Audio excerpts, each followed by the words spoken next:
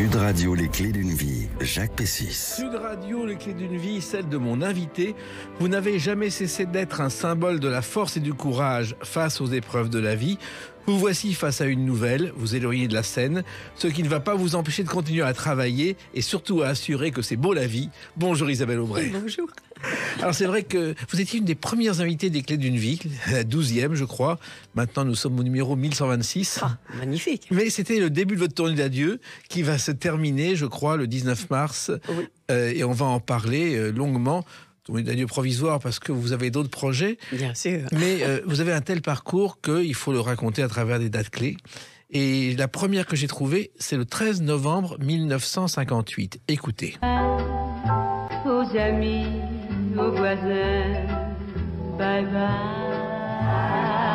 Vous chantez dans une émission Le Clou de Napoléon. Et bye bye les amis. Vous êtes dans un grand salon. Il y a une grande baie vitrée qui donne sur l'île. Et vous n'avez pas fait de disque et vous chantez dans cette émission. Ah non, c'est drôle alors, je ne me souviens pas du tout. Et c'est justement à Lille, dans un studio de Lille, et c'est vraiment votre première apparition sur le petit écran. Cette chanson n'a jamais été enregistrée, Bye Bye les amis. Ah non, Voilà. jamais. Alors, vous êtes né, je crois, à Marquette-les-Lilles. Je crois que c'est à 4 km de Lille. Et en fait, je suis née à Lille. Oui. Et j'ai grandi à Marquette-les-Lilles. Je suis née à l'hôpital de la Charité à Lille. Oui. Et Marquette-les-Lilles, c'est une ville de 8000 habitants à peu près. Oui. Et je crois qu'il y a au sein de l'abbaye de Marquette un hôpital pour les pauvres où il y avait des dons sous forme de volailles qui devenaient des chapons. Oui. C'est vrai, vous le saviez? Oui, bien sûr. Et c'était une grande fête des chapons le premier week-end de juin. Et c'est une région, je crois, célèbre pour ses filatures. Aussi. Oui. C'est-à-dire? Eh bien, c'est-à-dire que tout le Nord, d'ailleurs, Oui. Lille, Roubaix, Tourcoing. Moi, je suis allée travailler à l'usine de filature de Saint-André. C'est vraiment la banlieue de Lille. C'est entre Lille, Marquette, la Madeleine. Enfin, c'est mon enfance, quoi. Tout ça, c'est mon enfance. Vous aviez 14 ans à l'époque? Oui, c'est ça. Et vous étiez des bobineuses, je crois. Bobineuse. Alors, j'ai commencé dans les métiers de carde. Alors, les cardes, c'est vraiment mélanger la poussière, les toupes. Alors là, il y avait beaucoup de bruit et beaucoup de poussière. Et je faisais un petit peu d'allergie, donc j'avais les yeux qui pleuraient beaucoup. Donc, on m'a déménagée, on m'a mise au bobinage. Et le bobinage, disons que c'était un peu moins dur parce qu'il y avait un petit peu moins de bruit. On bobinait les filatures. Qu'est-ce qu'on faisait? On dévidait ce qu'on avait nettoyé dans les cardes. Et si vous êtes entré là, c'est aussi parce que votre père était contremaître, je crois, dans cette Oui, usine. c'est ça. Mon père était contremaître dans la filature et je suis entrée, je dis grâce à lui. Et je dis grâce à lui d'une manière positive. Oui. Parce que ce sont des années qui m'ont fait découvrir la vie, les gens et une autre façon d'être traité. Chez mes parents, c'était ma petite chérie, tu veux bien faire ci, s'il te plaît, etc. À l'usine, c'était prenez ça. Ah oui, madame, d'accord. C'était un peu violent, quoi, pour une enfant, surtout. Et puis, il fallait ramener de l'argent à la maison parce qu'il y avait quand même 11 enfants dans la famille. Oui, bien sûr. À l'époque, il n'y en avait que 10. Oui. Mais oui, bien sûr, il y avait 11 enfants. Et c'était une famille très modeste. Oui, c'est une famille très modeste et je crois que la vie de mes parents a été très dure. C'est très difficile de dire aux enfants aujourd'hui comment c'était à ce moment-là. C'est un autre siècle. En plus, c'est quand même le début du siècle. Oui. Je suis née en 38.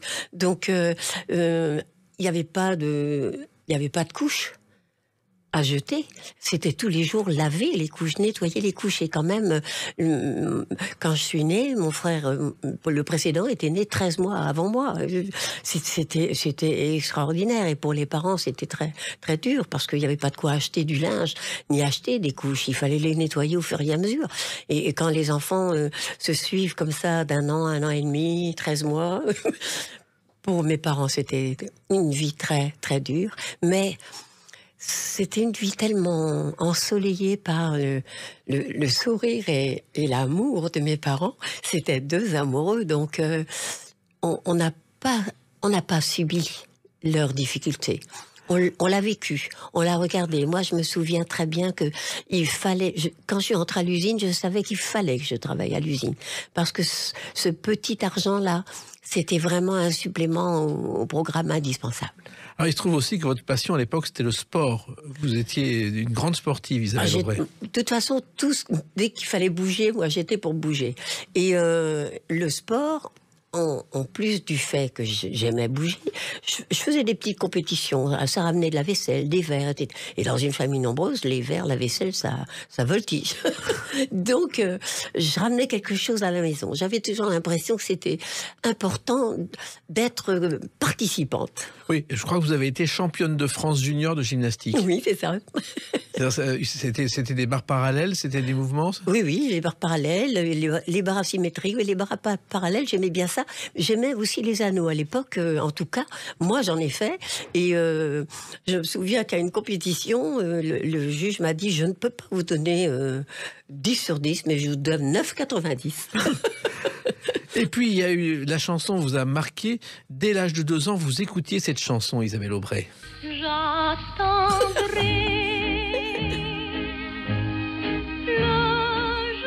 Chanson célèbre de Rina Ketty, oui, inspirée du Cœur à bouche fermée de Madame Butterfly, d'ailleurs, de Puccini. Et ça a marqué, vous faites des petits trous dans le mur, je crois. C'est ça, écoutez, vous êtes magnifique. Oui, en fait, toute la journée, évidemment, ma petite mère était occupée parce qu'il y avait Michel, Lucette, Serge, Gilbert et moi. Et j'avais 2 ans. Et je faisais des trous dans le mur en attendant, parce que c'est papa qui, en rentrant de l'usine, s'occupait de moi. Maman n'avait pas le temps, donc j'attendais. Et je faisais des petits trous dans le mur en fredonnant, oui. Et puis, il y a eu quand même les cours d'art dramatique que vous avez suivis. Les cours de danse classique. Danse classique, en allant à Lille 2 fois par semaine, le soir après le travail. Oui.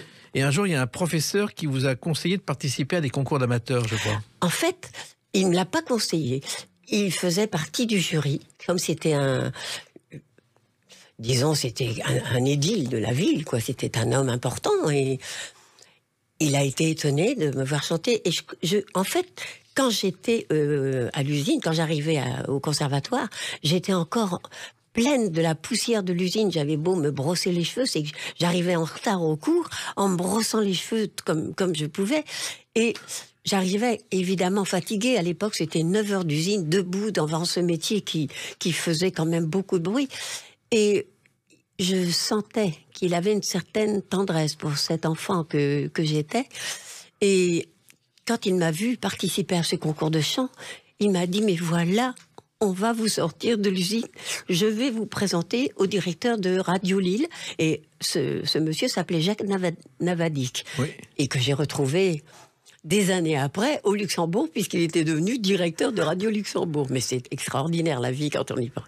Et c'est vrai que grâce à lui, j'ai quitté l'usine, non pas immédiatement ni du jour au lendemain, mais j'ai commencé à travailler, à répéter avec des musiciens, avec une équipe du Nord. Et j'ai quitté l'usine parce qu'un soir, je faisais des galas, en plus de tout, les cours de danse, les cours d'art dramatique. Je suis rentrée de gala, il devait être 2 heures du matin. Et mon petit père, il n'a pas eu le courage de me réveiller. Il m'a dit, dors, mon amour. Et voilà, j'ai quitté l'usine comme ça. Je suis désolée. Ça m'émeut parce que c'est comme si j'entendais la voix de papa. Je vous comprends. Alors, il se trouve qu'à l'époque, vous appeliez Rose Claire, je crois. Oui. Oui, on avait trouvé ce nom-là, mais pourquoi pas. Et ensuite, vous êtes monté à Paris, où vous avez suivi les cours des Trois Baudets. Il y avait des cours de théâtre aux Trois Baudets. Alors, avant les Trois Baudets, il y a eu la séquence qui a pour moi été extrêmement importante, c'est du Havre. J'ai été engagée au Havre pour chanter pendant une quinzaine de jours. Puis, il y avait beaucoup d'étudiants, beaucoup de jeunesse, et j'avais une bonne petite bouille, et finalement, je crois que je chantais bien. Donc, je chantais tous les trucs à la mode, mais j'avais pas de tour de chant. Personne n'avait écrit de chanson pour moi, bien évidemment. Et peu à peu, je me suis mise à chanter avec les musiciens de l'orchestre, parce que je trouvais que c'était assez chouette de travailler comme ça. Et alors, je suis restée à l'orchestre, j'ai appris des chansons. Il y avait un bateau italien, je chantais en italien, un bateau espagnol, je chantais en espagnol. Et évidemment, tout était phonétique. Mais j'adorais ça parce qu'on travaillait de 9h à 4h du matin. Mais dans la journée encore, on répétait, on enregistrait, on s'écoutait. Et c'était une période magique dans la mesure où je voyais ces gosses danser, s'enlacer. Et quand je chantais des chansons d'interprétation comme « Il y a toujours un côté du mur à l'ombre », et les gosses, je les voyais qui s'enlaçaient. Et là, j'ai vraiment compris que ce que j'aimais, c'était raconter des histoires qui touchaient les enfants, les amoureux, qui s'embrassaient, qui écoutaient. Oui, j'ai compris que je serais interprète. Vraiment. Et donc, les Trois Baudets, c'est un cours de théâtre. Vous êtes admise à ce cours et vous appelez encore Thérèse Coquerel. Et c'est Jacques Canetti, je crois, qui va trouver Isabelle Aubray. En fait, je ne sais pas qui vraiment va trouver Isabelle Aubray. Un jour, on m'appellera. Alors, il y a d'abord l'audition. Oui. L'audition où je chante une chanson de Charles Aznavour et Maurice Vidalin. Oui. Je chante Gosse de Paris. Oui. Et Maurice Vidalin est là. Comme vous pourrez imaginer que Claude Demel, aujourd'hui, va au cours, écoute les gens, écoute les jeunes et se passionne pour ce qui existe aujourd'hui, Maurice Vidalin était de cela. Donc, il m'écoute, il m'entend chanter cette chanson et il me dit « Vous chantez cette chanson-là comme je l'ai écrite. Et c'est la première fois pour moi. Je vais vous écrire des chansons. » Et c'est parti comme ça. Et ça, c'est merveilleux. Donc, dans cette audition, ce jour-là, il y avait Gérard Mess. Oui. Gérard Mess et Jacques Canetti. Et Gérard Mess dit à Jacques Canetti, cette chanteuse-là, il y a qu'elle ce soir dans l'audition, c'est la meilleure. Et Jacques Canetti, vous l'aimez trop, vous ne l'aurez pas. Voilà. Et finalement, vous avez travaillé avec Gérard Mess. Et finalement, j'ai travaillé avec Gérard Mess. Et Isabelle Aubray, pourquoi ce nom-là? Eh bien, honnêtement, j'en sais rien. Voilà. Je ne sais pas comment ils ont décidé ça. Un jour, j'étais en train de répéter avec mon pianiste et je reçois un coup de téléphone et on me dit, vous allez vous appeler Isabelle Aubray. Oh, je dis, c'est beau. Voilà. Alors, il s'est passé ensuite d'autres choses. Il y a une autre date importante dans votre vie, le 11 mars 1962. À tout de suite sur Sud Radio avec Isabelle Aubray. Sud Radio, les clés d'une vie, Jacques Pessis. Sud Radio, les clés d'une vie. Mon invité Isabelle Aubray. Nous parlons tout à l'heure de ces 2 concerts d'adieu provisoire, à mon avis, car vous ferez d'autres choses, qui se déroulent le 18 et 19 mars.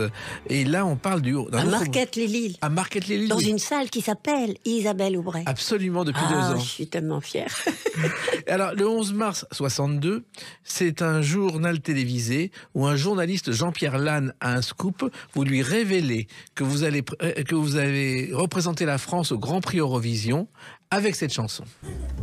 Un premier amour, premier amour, premier amour, ne s'oublie jamais, s'oublie jamais, s'oublie jamais. Chanson mythique qui a marqué votre vie. Et effectivement, vous aviez le sentiment que vous alliez gagner ce Grand Prix Eurovision. Ah, c'était pas un sentiment, c'était une certitude. Comment Non, mais en même temps, c'est merveilleux, la jeunesse, l'innocence, la foi. C'était mon heure et je savais que c'était mon heure. Et mon frère aîné, qui était musicien, il m'avait dit, Isabelle, tu gagneras jamais avec cette chanson, c'est une petite chanson. Je lui ai dit, je vais gagner. Et j'étais sûre de moi. Et vous aviez été sélectionné par un jury. Oui, en fait, la chanson était interprétée par une chanteuse qui s'appelait Jacqueline Néraud. Et on m'a présenté la chanson. Mais j'ai dit, bien sûr, c'est magnifique, j'étais très heureuse, j'ai trouvé ça très bien. Et surtout, j'étais persuadée gagner parce que avec cette chanson, j'allais évidemment retrouver mon premier amour. Ça n'est pas arrivé. Non, mais enfin, vous avez gagné, il y avait 16 concurrents, c'était le 18 mars 62, vous passez en 9e position, vous obtenez à 5 reprises la note maximale. Oui, incroyable. Et je sais pas, et vous gagnez devant Monaco et François de Guelt. Oui, absolument. Et c'était extraordinaire parce que il y avait donc la chanson de Guelt qui était une très belle chanson, hein, dis rien, on s'aime, très belle chanson, de Maurice Vidalin et Jacques Data. C'est ça qui était extraordinaire. Et il y avait une autre chanson, moi, que j'aimais beaucoup, qui était interprétée par Camillo. Oui. Et c'était Petit Bonhomme. Je me disais, ça, ces chansons-là, quand même, ça... Non, je m'accroche. Et j'entends dans les coulisses... Comment il s'appelait? Henri Salvador. Oui. Henri Salvador, qui avait écrit, la chanson de Gad, et qui dit, non, mais qu'est-ce que c'est, elle chante. Et sa femme, j'entends sa femme qui lui dit... Ne t'inquiète donc pas de ça, tu sais bien que cette petite, elle ferait avaler un beau tas.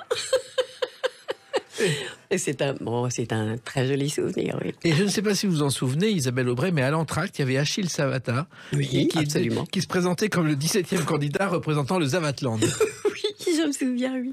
Alors, finalement, ce qu'on ne sait pas, c'est que l'année précédente, vous aviez déjà tenté votre chance au Grand Prix Eurovision avec cette chanson. Mais le gars fredonnait une rengaine idiote une chanson d'amour. Le gars de n'importe où. Belle chanson, très Et belle là, chanson. vous n'aviez pas gagné, c'est un certain Jean-Paul Auric qui avait été sélectionné. Oui, c'était Printemps. Vous aviez été déçu à cette époque? Non, parce que, en fait, on peut être déçu si la chanson est évidente. Or, même ne connaissant pas grand-chose au métier, puisque je débutais, cette chanson, Le gars de n'importe où, Maurice Vidalin, Jacques Datin, bien évidemment, elle était tellement particulière, tellement dans un rêve. J'imaginais bien le bistrot, cet homme qui rentre dans ce bistrot avec son verre de vin, et cette poésie. C'est évident que c'était plus facile. Printemps, printemps, avril carillonne. Non, j'étais pas vraiment déçue. J'étais fière de cette chanson. J'ai pas le souvenir d'avoir été très déçue. En tout cas, il se trouve que il y avait une autre candidate qui a été éliminée, mais qui a fait carrière. Après, c'est Sophie Darel, qui était dans cette sélection-là aussi, Ah oui. qui chantait. Alors, il se trouve que nous, un premier amour, ça vous a permis de faire un premier disque, parce que vous aviez été repéré par un directeur d'une maison de disques, mais il fallait encore trouver une chanson, Isabelle Aubray. C'est-à-dire que je crois que c'est aux Trois Baudets que vous avez été repéré par les disques Philips. Oui, c'est ça, par Jacques Canetti, Oui. bien sûr. Mais vous avez eu un contrat, mais il n'y avait pas de chanson derrière au départ. Et non, c'est comme ça que Maurice Vidalin, Jacques Datin ont écrit Il y a de n'importe où. Oui. Et la même année, sur le même disque, il y avait Nous les amoureux, que Jean-Claude Pascal a défendu merveilleusement à l'Eurovision. Puisqu'il a gagné, donc il avait fait le même simple que moi, avec Le gars de n'importe où. Donc on s'était mélangés. Et je dois dire que Jean-Claude Pascal était un homme extrêmement élégant, gentil, bien élevé. Ça a été un plaisir de partager ça. Et quand il est venu la nuit suivante, pour me donner ce Grand Prix Eurovision, c'est un échange, c'est magique. Ouais, dans ce sens-là, quand on fait ce métier avec une telle passion, et c'est vrai, j'avoue que je suis quelquefois un peu trop passionnée, je reçois et je prends les choses comme un cadeau. Chaque chose est un cadeau. Et je me souviens de tout ça sans nostalgie, juste avec le bonheur. Alors, il se trouve que Jean-Claude Pascal, ensuite, il a été comédien, chanteur, il a fini historien, il écrivait des livres d'histoire passionnants et passionnés. Ensuite, il y a eu un projet qui, hélas, n'a pas abouti. Vous deviez être la tête d'affiche des Parapluies de Cherbourg, Isabelle Aubray. Oui, c'était bien. C'était aussi ça, c'était une belle aventure. Et puis là encore, c'était l'histoire du premier amour. Oui. En fait, j'avais l'impression que Jacques Demy avait écrit mon histoire, du début jusqu'à la fin. Et puis bon. Accident de voiture. Il y a un accident de voiture, 15 jours avant le tournage, et ça ne se fait pas. Et encore une fois, là, je crois que je dois avoir une bonne nature. Je me souviens des jolies choses. La première grande et jolie chose, c'est Brel qui arrive à l'hôpital, qui me prend dans ses bras, qui me dit « Mon petit mec, mais qu'est-ce qui t'est arrivé ?» et qui me donne la fanette. Ça, je peux pas penser à cet accident sans penser à ça. Et je pense aussi à Michel Legrand, qui arrive à l'hôpital. Il me voit avec des broches qui sortent de mes jambes, un plâtre qui jusqu'en haut de la poitrine, et qui me dit « Ça fait rien, tu chanteras les Parapluies de Cherbourg. » Je pouvais même pas respirer parce que j'avais les côtes brisées. Non, mais je ne peux pas être triste parce que c'est un passage. Et la vie m'a donné tellement d'autres belles choses. Dont la fanette qu'on va écouter. Faut dire qu'elle était belle, comme une perle d'eau. Faut dire qu'elle était belle et je ne suis pas beau. Cette chanson magnifique, Brel, mais c'était la générosité même, Brel. Je crois que vous l'avez connue lorsque vous avez fait la première partie de l'Olympia en 63, avant votre accident. Mais même avant, je l'ai connu avant, puisque ma première tournée, c'était avec Brel. Il a entendu 2 enfants au soleil, donc une chanson de Jean Ferrat, Michel Senlis, Claude de l'Écluse. Et je n'avais à l'époque pas rencontré Ferrat, d'ailleurs. Il m'a fait un petit signe dans le studio, mais on ne s'est pas vu. Et Jacques a entendu la chanson à la radio, il a dit « Je veux cette petite-là avec moi ». Et donc, je suis partie en tournée avec Brel. Et le premier jour, on était dans le théâtre, c'était à Marseille, et j'entends Michel Arnaud, que vous devez bien connaître. Oui, qui a été productrice, Qui était chanteuse. productrice, chanteuse, il y avait des émissions de télévision, enfin, très bien. Et j'entends mon Jacques qui va sur scène, parce qu'il l'entendait répéter 2 ans Franc Soleil, et il dit, vous pouvez pas chanter cette chanson-là, elle est à la petite et elle a que ça. Oh, j'étais soulagée d'un seul coup. Mais je peux vous dire qu'après, il n'a jamais été question que je fasse une seule émission avec Michel Arnaud. J'imagine. Mais je n'y pouvais rien, c'était ma chanson. Et vous aviez un point commun, et vous avez toujours un point commun avec Brel, Isabelle Aubray, c'est la précision dans le travail. C'est-à-dire que Brel était quelqu'un qui disait je passe une année à écrire une chanson debout sur un chevalet en souffrant 18 heures par jour. Le génie n'existe pas, c'est du travail. Ah, et vous avez été d'une précision diabolique dans le choix de vos chansons, toujours. Toujours, mais c'est important. Il faut. Mon professeur d'art dramatique avait, quand il n'était pas de bonne humeur, il nous faisait réciter la Marseillaise. Je peux vous dire, essayer de réciter la Marseillaise debout face à un public, c'est quelque chose. Et je trouvais ça magique, et j'ai pris cette discipline.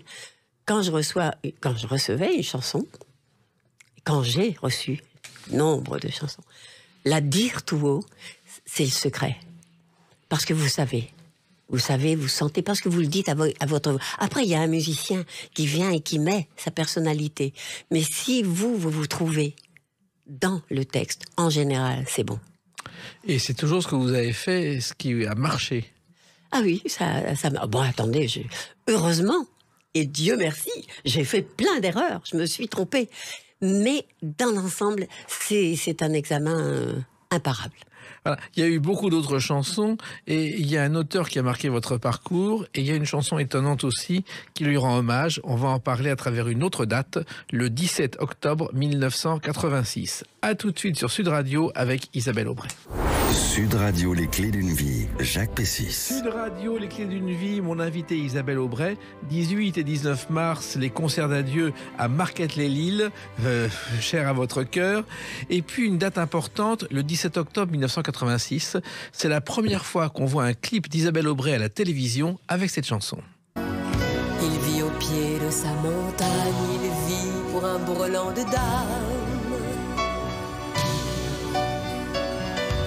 Pour du vent et pour quelques truites, pour un plat de châtaigne cuite. C'est un drôle d'académicien qui lit des poèmes à ses chiens. Alors, il se trouve que cette émission s'appelle Fil Rouge, diffusée dans le Grand Est. Oui. Vous êtes l'invité, vous parlez aux auditeurs, aux téléspectateurs plutôt, et puis vous évoquez cette chanson qui est un hommage à Jean Ferrat. Oui, un La hommage. chanson- C'est Alain Leprest, Voilà. il a écrit cette chanson, et avec Romain Diquier. Et c'est un bel hommage, c'est une belle écriture. C'est vrai que la rencontre avec Alain Leprest a été très importante. Parce que c'est un poète malheureusement disparu, c'était un poète extrêmement pointu dans l'écriture, plein d'imagination, plein de tendresse aussi, mais de violence, et de violence contre lui-même malheureusement. Voilà. Alors, moi, je me souviens un jour l'avoir rencontré. Il lisait le Figaro tous les matins. C'était étonnant quand même de la part d'Alain Leprest. Mais c'était un talent immense qu'on reconnaît aujourd'hui. D'ailleurs, Oui. on lui rend hommage. Oui, oui, bien sûr.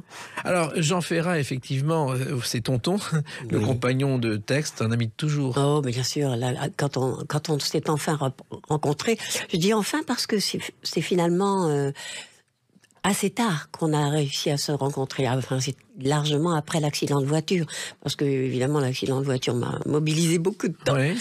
Et on a travaillé ensemble. Je lui piquais des chansons. Il était heureux quand je lui piquais des chansons. Quelquefois même, il me disait celle-là, je la chanterai plus après toi. Et c'était un joli compliment. Vous vous êtes rencontrés comment, par Gérard Mess? Oh, grâce à Gérard, bien sûr. Sans Gérard, en fait, je parle presque pas assez de Gérard Mess parce qu'il a été d'abord un fiancé, impossible, un fiancé, un ami merveilleux. Ça, de toute façon, il reste un ami merveilleux. Et surtout, c'est le vrai collaborateur de Ferrat du début jusqu'à la fin. Ils se sont rencontrés, c'était, bien sûr, Jean avait été un peu plus âgé que lui, il avait d'autant plus le mérite de s'être confié à cet enfant, mais il a senti tellement de passion et de confiance en Gérard qu'il lui a dit d'accord, tu t'occupes de moi. Et ça c'est merveilleux, sans contrat, sans papier, sans rien, juste la main dans la main, le cœur avec le cœur, jusqu'à la fin de Ferrat.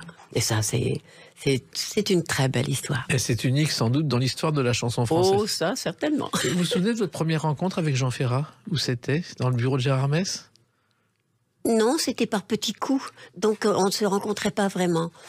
En fait, j'ai le sentiment que la vraie rencontre, ça a été chez lui, dans l'Ardèche, un soir, où on était avec ma maman, et il découvrait maman, et je crois que moi, il me regardait un petit peu comme un petit animal curieux, qui bouge beaucoup, qui parle beaucoup, qui rit, mais qui dit ce qu'il pense tout le temps. Alors ça, c'est très embêtant, quelqu'un qui dit ce qu'il pense tout le temps, et surtout, au mauvais moment. Je suis la spécialiste de ça. Eh bien, il me regardait d'une manière un peu étonnée. Et quand on a passé la soirée avec maman, petite mère lui a raconté un peu sa vie, tout ça. Il a ri. Il a passé une soirée extraordinaire. Il a ri.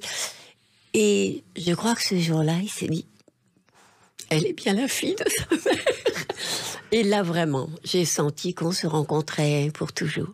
La preuve, plein de chansons, dont celle-ci.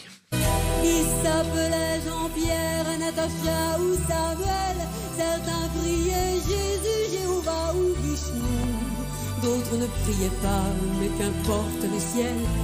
Ils voulaient simplement ne plus vivre à genoux. Nuit et brouillard, chanson non pas censurée mais déconseillée à la radio. Oui.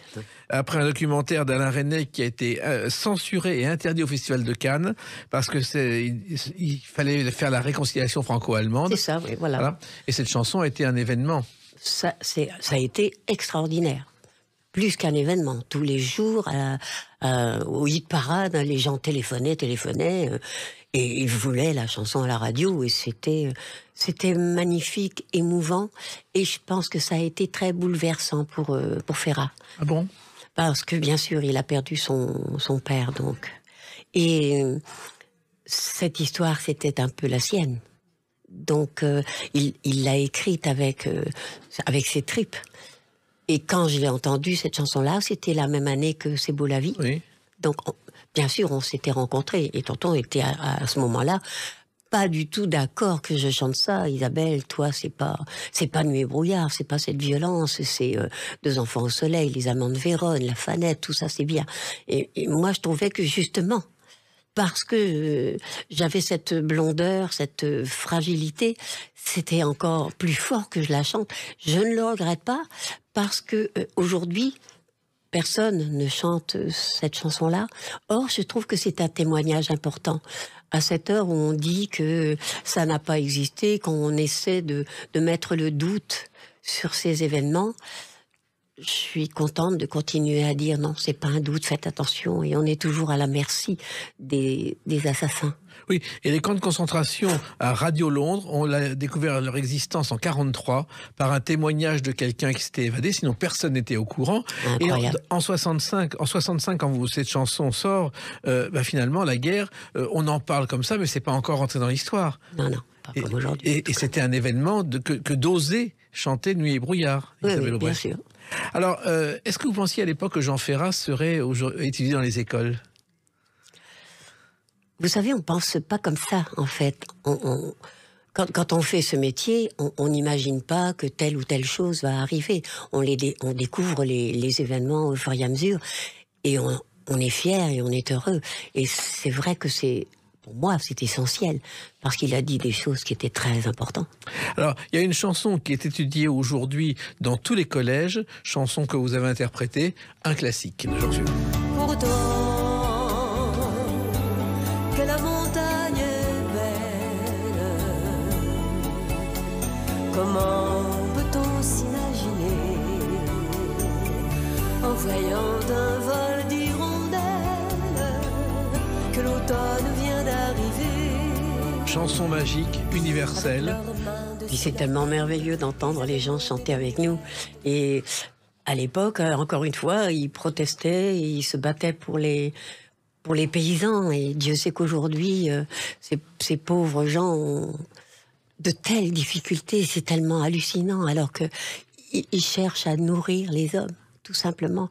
Et vous savez, il y a une chanson que j'ai beaucoup aimé chanter, que je chante encore régulièrement, c'est Province, de Guy Thomas.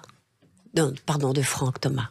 Et j'étais en tournée et j'ai vu des panneaux sur la route. Et c'était des panneaux qui se succédaient. Et il y avait ici, c'était des terres en jachère. On avait obligé les paysans à mettre des terres en jachère. Ça, il n'y a rien de pire. Ici, il y avait des hommes, plus loin, qui voulaient simplement nourrir les hommes. Pardon, excusez-moi. C'est important. C'est essentiel. Ah, c'est important. Et quand vous avez entendu la montagne, vous avez eu tout de suite envie de la chanter? Pas vraiment. Non, mais pas vraiment. En fait, j'ai commencé à chanter la montagne. Quand Tonton s'est arrêté, moi, je trouvais que c'était important qu'elle continue à vivre sur scène, que les gens l'entendent. Et j'ai jamais eu la prétention. En fait, je suis une messagère. C'est le plus joli mot que je puisse m'accorder. Je suis une messagère. Je prends les chansons et quand elles sont extraordinaires, il ne m'importe pas de savoir si elles sont chantées par X, Y. Ça m'est égal. Moi, ce que je veux, c'est partager avec le public des chansons qui sont incontournables. Et c'est comme ça que, dans une émission de télévision, un jour, je me suis amusée à chanter une chanson de Robert Lamoureux. Oui. Parce que, pour moi, Robert Lamoureux aussi est incontournable. Et les chansons sont faites pour vivre, pour être partagées, pour être vécues avec les gens. Et les chansons, effectivement, vous avez bâti un répertoire traditionnel. Et quand on voit les réactions des jeunes aujourd'hui, finalement, la chanson française, elle n'est pas si agonisante que certains le prétendent. Pas du tout, non, les jeunes qui viennent au spectacle disent « Qui c'est qui a écrit ça ?» Et je suis très fière de leur dire. Alors, ça dépend de la chanson, mais je suis très contente de pouvoir leur dire « C'est un tel ou un tel, voilà. » Et il y a un autre auteur aussi que vous avez chanté, un poète. Que serais-je sans toi, que ce balbutiement? J'ai tout appris de toi pour ce qui me concerne. Qu'il fait jour à midi, qu'un ciel peut être bleu, que le bonheur n'est pas un quinquet de taverne.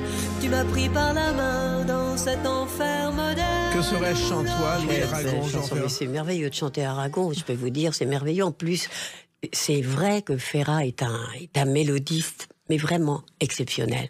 Et c'est pas facile du tout, hein. Mais ça chante. C'est porté en plus par des arrangements d'Alain Goraguer, qui était un musicien merveilleux, un arrangeur merveilleux, comme François Robert, qui habillait les chansons de Jacques Brel d'une façon... Vous entendez une introduction d'une chanson de Brel, vous savez que c'est Brel, parce que le talent des arrangeurs, c'est tellement important. Et Louis Aragon, vous l'avez rencontré, je crois que c'était un de vos fans, qui avait même une photo dédicacée sur son bureau. Oui, c'était mignon. Il était passé au bureau, il avait piqué des photos à la petite comptable. C'est un honneur. Le premier poète que j'ai travaillé, c'était au conservatoire. Et le poème, c'était « Il n'y a pas d'amour heureux ». Moi, je voyais mes parents qui, au milieu de toutes les difficultés quotidiennes, s'aimaient, le disaient. Comment on peut écrire des choses aussi graves? Et je rencontre Aragon. Mais c'est une émotion que je n'ai pas oubliée. Et puis, je crois qu'un jour, Isabelle Aubray, dans les coulisses de Bobino, Elsa Triolet vous a fait un compliment. Oui, elle était avec lui. Et elle m'a dit qu'avec des yeux comme ça, je pourrais aller jusqu'au bout du monde. C'est extraordinaire. Oui. Mais tous ces auteurs que vous avez chantés, c'est avec le cœur, Isabelle Aubray, toujours.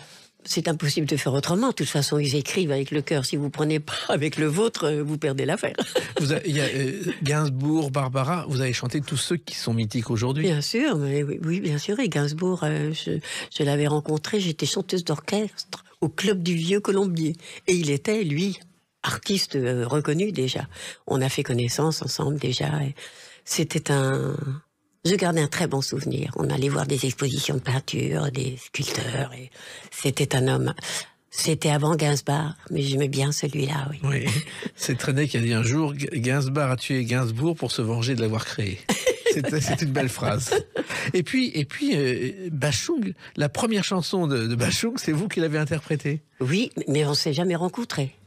Non, on ne s'est jamais rencontrés. C'est dans un album qui s'appelait Le Soleil et le Soleil est dans une orange. Oui. Et vous avez chanté Bachung que personne ne connaissait. Non, c'est vrai, oui. C'est extraordinaire. Ben oui. Comme quoi vous portez bonheur. J'espère. J'en suis certain. On va continuer à évoquer votre carrière à travers cette date du 19 mars 2023. À tout de suite sur Sud Radio avec Isabelle Aubray. Sud Radio, les clés d'une vie, Jacques Pessis. Sud Radio, les clés d'une vie, mon invité Isabelle Aubray. Je vous avais reçu tout au début des clés d'une vie, vous commenciez votre tournée d'adieu. Elle se termine le 19 mars 2023, enfin le 18 et 19, avec 2 concerts à Marques-les-Lilles, donc chez vous. C'est une sorte de retour aux sources, comme le dit la chanson. Elle chante au milieu du bois, la source, et je me demande s'il faut croire à cette légende d'une fille qu'on y trouva. Elle était blonde. Elle Chanson était de l'Eurovision, vous avez fini 3e. Oui. Et la légende, c'est vous maintenant, parce que vous bouclez la boucle avec ces 2 concerts, Isabelle Aubray. Oui, en fait, curieusement, le Covid a été important puisque tous ces galas que je devais faire il y a 3 ans, puisque j'avais dit au revoir à l'Olympia, eh bien, tout a été reculé, reporté, voilà. Et donc, je me retrouve à presque 85 ans, à continuer à chanter. Et c'est merveilleux pour ma santé. Oui. Parce que, évidemment, tous les jours, ça m'oblige à entrer dans mon studio, à travailler 2 heures, à chanter pour arriver en scène et être en super forme et chanter comme il y a 30 ans. Et pourquoi vous arrêtez alors si ça vous met en forme? C'est très difficile de dire pourquoi on s'arrête. C'est pas parce que j'ai envie de m'arrêter, c'est parce que je veux être jusqu'au bout, au top de ma santé, respectée. Je vous disais que je suis messagère. Et si j'étais auteur, compositeur, interprète, peut-être moins bien chanter, ça ne me dérangerait pas. Mais là, je représente des auteurs qui m'ont donné leur art, leur confiance. Et je veux leur donner mon talent jusqu'au bout, mais vrai, en forme. Et puis je pense que quand les gens viennent me voir en scène et qu'ils voient comment je suis en forme, ils se disent, bon sang, on n'est pas si vieux que ça. Exactement. Alors, cette ville de Marques-les-Lilles n'a pas été choisie au hasard, c'est chez vous? Ah oui, non, ça n'a pas été choisi au hasard. On a reculé, justement, à cause du Covid. Et ils ont donc ouvert une petite salle qui s'appelle Isabelle Aubray. Il y a 2 ans, je crois. Oui, et c'était étonnant, ça me rend très fière. C'est à 200 mètres de ma maison, 200 mètres de l'école où je suis allée. C'est à 1 kilomètre de l'usine dans laquelle j'ai travaillé. Je vais retrouver les copines d'usine, les copines d'enfance. Je suis bouleversée d'abord. Et c'est très dur de dire au revoir. Mais je veux que tous les gens qui viennent et qui m'aiment soient fiers de dire « Moi, j'étais au dernier concert d'Isabelle Aubray et c'était très bien. » Avec votre émotivité, vous allez pouvoir tenir jusqu'au bout? Il faut. Oui. Parce que les larmes, c'est bien, mais pas sur scène. Tout ça est passé très très vite finalement, Isabelle Aubray. Oui, quelquefois, je me dis, j'ai pas vu le temps passer. Je l'ai senti parfois. Et vous l'avez chanté. Le monde peut battre de l'aile, on n'a pas le temps d'y penser. Faut-il pleurer, faut-il en rire? Fait-elle envie ou bien pitié? Je n'ai pas le cœur à le dire. On ne voit pas le temps passer. C'est vrai que le nombre de chansons que vous avez enregistrées, le nombre de concerts, c'est hallucinant. Oui, c'est vrai, vous vous rendez compte. Ça fait maintenant 62 ans. Oui. 62 ans de carrière, c'est extraordinaire. Mais c'est bien. Alors, il se trouve que chaque fois que vous revenez dans la région, depuis les années 60, c'est un événement. J'ai vu une séquence de télévision où pour la première fois, vous revenez à Lille, vous frappez à une porte, et il y a des enfants qui viennent vous accueillir et vous embrasser. Oui. Ces enfants-là, ils vont venir au gala. Voilà. Ils ont grandi. Et c'est vrai que vous avez été, pour Lille, pour la région, votre carrière a été un événement. En fait, ce qui me fait plaisir, c'est un événement, comme disait ma petite mère, haut de gamme. Parce que c'est vrai que j'ai, en tout cas, essayé de représenter le Nord, les gens du Nord, les ouvriers, les ouvrières qui travaillaient avec moi. J'ai toujours pensé qu'il fallait que ce soit très bien, que ce soit la classe, qu'ils soient fiers de moi. Parce que je reçois la Légion d'honneur ou d'autres récompenses. J'ai toujours partagé ça avec ces femmes avec lesquelles j'ai travaillé, qui ont, elles, continué à travailler dans cette usine, dans cette difficulté. Et peut-être que en faisant ce chemin dans le soleil, dans la lumière, elles se sont quelquefois retournées vers moi avec un sourire et une fierté d'être mes copines. Et pour être la meilleure, vous n'avez jamais écrit de chanson, sauf une fois, je crois, une chanson pour le mariage de votre père et de votre mère. Pour les noces d'or. Les noces d'or. Pour les noces d'or de mes parents, oui. Oui, j'ai eu envie de faire ça parce que, d'abord, parce que je la ressentais profondément. C'est vrai que l'amour de mes parents a toujours été un très bel exemple. Et en même temps, sinon, vous avez essayé d'écrire des chansons, mais vous vous êtes dit, je ne serai pas au niveau. Ben, c'est-à-dire, la barre était haute au départ quand même. Je commence par Aragon, après Ferrat, après Brel, après Claude Lemel, Georges Chelon, des gens qui écrivent vraiment des très très belles chansons. Je croise Alain Lebrest, Guy Thomas, Franck Thomas, c'est des écritures. Et puis comment dire, c'est confortable et c'est émouvant qu'un auteur qui ne va pas aller sur scène, Claude Lemel ne va pas sur scène, vous confie son émotion, son talent, ses tripes, et vous disent, en fait, en vous donnant la chanson, ils vous disent, ça sera bien par toi.